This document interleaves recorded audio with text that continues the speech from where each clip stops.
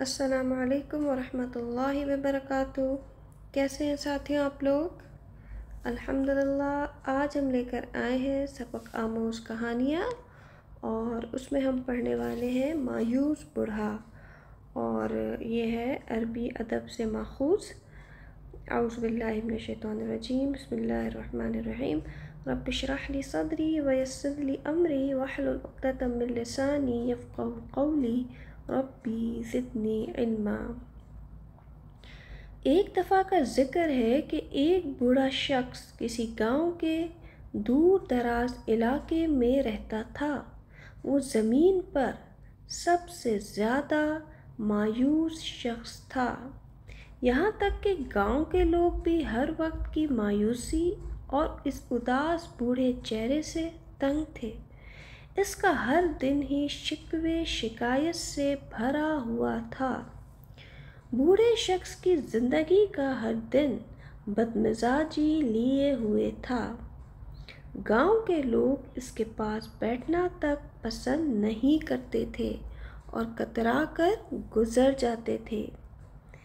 ممکن ہی نہیں تھا کہ کوئی انسان اس کے پاس چند ساعتیں گزارے اور خوش باش اٹھے۔ اس کی مایوس زندگی ارد گرد کے سارے ماحول کو ماتم میں بدل دیتی۔ پھر ایک دن وہ بوڑھا جب 80 سال کی عمر کو پہنچا تو آج وہ بہت خوش تھا اور کسی سے کوئی شکوہ شکایت بھی نہیں کر رہا تھا۔ اس کے چہرے کا رنگ ہی آج بدلا ہوا تھا، ایک خوشگوار اور چمکتا چہرہ۔ سارے گاؤں کے لیے یہ سب سے عجیب بات تھی۔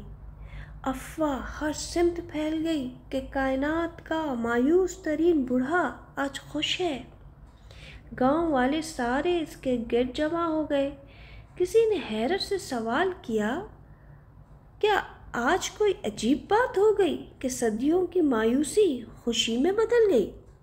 بوڑھے نے جواب دیا، کوئی خاص بات نہیں، بس معاملہ یہ ہے کہ میں نے اپنی زندگی کے 80 سال خوشیوں کا پیچھا کرتے ہوئے بیکار گزارے، اور اب میں نے خوشی کا پیچھا نہ کرنے کا فیصلہ کیا ہے تاکہ میں ایک پرلطف زندگی گزار سکوں، اور یہی بات مجھے کافی ہے۔ ان تمام باتوں کا مقصد یہ ہے کہ اب میں بہت خوش ہوں۔ بوڑھے کے گزرے 80 سالوں نے سکھایا کہ جس لمحے آپ خوشی کا پیچھا کرنا چھوڑ دیتے ہیں، آپ خوش ہو جاتے ہیں۔ خوشی یہ نہیں ہے کہ آپ جو چاہتے ہیں وہ حاصل ہو جائے، بلکہ جو آپ کے پاس ہے اسی میں خوشی چھپی ہے۔ جی ساتھیوں، انشاءاللہ تعالیٰ امید کرتی ہوں آج کی کہانی آپ کو پسند آئی ہوگی۔ اگلی آنے والی نئی کہانی تک کے لیے مجھے اجازت دیجیے۔ اپنا بہت خیال رکھیے گا۔ سبحانک اللہم و بحمدک، اشہد ان لا الہ الا انت، استغفرک و اتوب الیک۔ السلام علیکم ورحمۃ اللہ وبرکاتہ۔